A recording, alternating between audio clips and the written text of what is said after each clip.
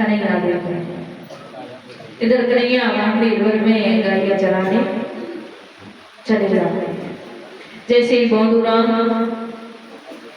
सिर पर पकड़ देखता है, पंख देखता है, समझ जाता है कि गुरु ने मुझे बताया था उनके मोर मुकुट है, हाथ में बंसी है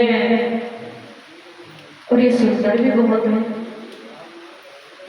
अब तो कन्हैया आते हैं, बंधुराम से कहते हैं कि भैया मुझे बड़ी जोर से भूख लगी है, कुछ खाने को लाए हो तो दे दो। और उसके बाद 2 रोटी रखी हुई थी और 2 रोटी को कन्हैया उससे ले लेते हैं और खा लेते हैं। इधर बंधु भूखा रह जाता है। दूसरे दिन जाता है, गुरु से कहता है कि मुझे ज्यादा रोटी रखा करो, मैं भूखा रह जाता हूँ। अब वो 4 रोटी लेके गए। फिर कन्हैया आए, कन्हैया ने कहा मुझे बड़े जोरों से भूख लगी है। अब वो 4 रोटी लेके आया, कन्हैया चारों को खा गया। अब फिर जाते हैं, कहते हैं कि मुझे और ज्यादा भूख लग रही है, कुछ रोटी और रखा करो। और तुम्हें पता नहीं है गुरुदेव, कन्हैया और खा जाते हैं मेरी रोटी तो।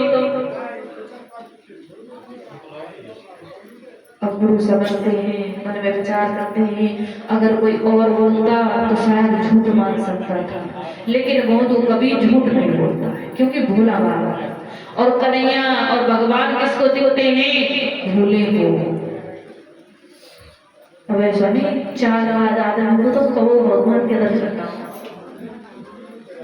मन में कछु और चल रहा हुए और बोल कछु और है इधर।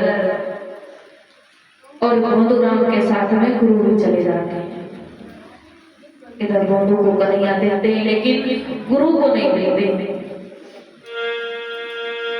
इधर बंधु कन्हैया के पैरों में गिर जाते हैं कि भगवान मेरी गुरु की इच्छा है, इन्हीं के माध्यम से मुझे तुम्हारे दर्शन इनको भी समय के अनुसार कन्हैया गुरु को दिख जाते हैं, वो उनके चरण में पड़ जाते हैं, दर्शन करते हैं। इधर आगे और शालिग्राम लिखी आती है कि शालिग्राम को जब तक तुलसी दल समर्पित नहीं करोगे वो भूख स्वीकार नहीं करते हैं। इधर सभी वृंदावन पहुंच जाते हैं। वृंदावन में कन्हैया अनन्य लीला कर रहे हैं, धीरे धीरे बड़े हो रहे हैं, लीला कर रहे हैं। अब तो एक दिन कन्हैया और मैया यशोदा से कहते हैं कि मैया अब मैं बड़ा हो गया। कहते हैं ना छोटे बालक की मैया अब मैं बड़ा हो गया। तो आज कन्हैया माता यशोदा से कहते हैं कि मैया अब मैं बड़ा हो गया और बड़ा हो तो गैया चरा ले जाया करो। यशोदा कहती है तू ना तो लाला, वहां पे तो बड़े बड़े हुआ रहे। कन्हैया से जाते मुस्कुराते मन में विचार करते भैया मोते बड़ो हो गया हुआ या संसार में देखा भी सबसे बड़ा हो।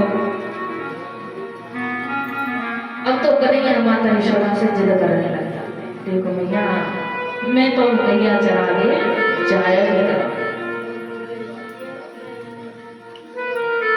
इधर नंद बाबा के पास चले जाते हैं। नंद बाबा से कहते हैं कि बाबा मैंने मैया से कहा कि मुझे गैया चरा देना, मैया नहीं चलती। नंद बाबा आते हैं, समय के अनुसार मैया यशोदा गौ पूजन कराती है, कन्हैया को काली कमरी देती है, मोर पंख कराती है, बंसी देती है, पूजन करवा देती है। अब माता यशोदा कहती है कि जा बेटा और आज से तू गैया जा। अब उनके साथ में उनके सखा जा रहे श्री रामा, धनसुधा, वंशुधा, मधुसूदन ये सभी जाते हैं। अब तो मेरी शोला कहती है कि देख लाला, जब तू गैया चरावे जाया करे ना, तब पैरन में जूती पहन जाए, कोई कांटा लग रहा है। अब कन्हैया ये बात सुनते हैं और गौशाला में पहुंच जाते हैं। गौशाला में पहुंचते गैयाओं को गिर रहे कि कितनी गैया है। ये दृश्य माता यशोदानंद बाबा कहते हैं। माता यशोदानंद बाबा कहते हैं कि लाला तो गैया में काई करना है कि बाबा हमारे तो 2 पैर हो, इनके 4 हैं, तो ये ले गैया को 4 जूती चाहिए बनवाने। मेरी यशोदा कहती है कोई गैया और जूती पहने, अरे तो पशु है। जैसे ही पशु नाम सुना कन्हैया नंद बाबा चौक कराते। अब वो कहते हैं कि देखो बाबा मैया समझा दो, गैया दे पशु नहीं थे। या गैया को दूध पी के तो मैं बड़ा हुआ हूँ, यही तो मैंने माखन खाया हुआ। तो इधर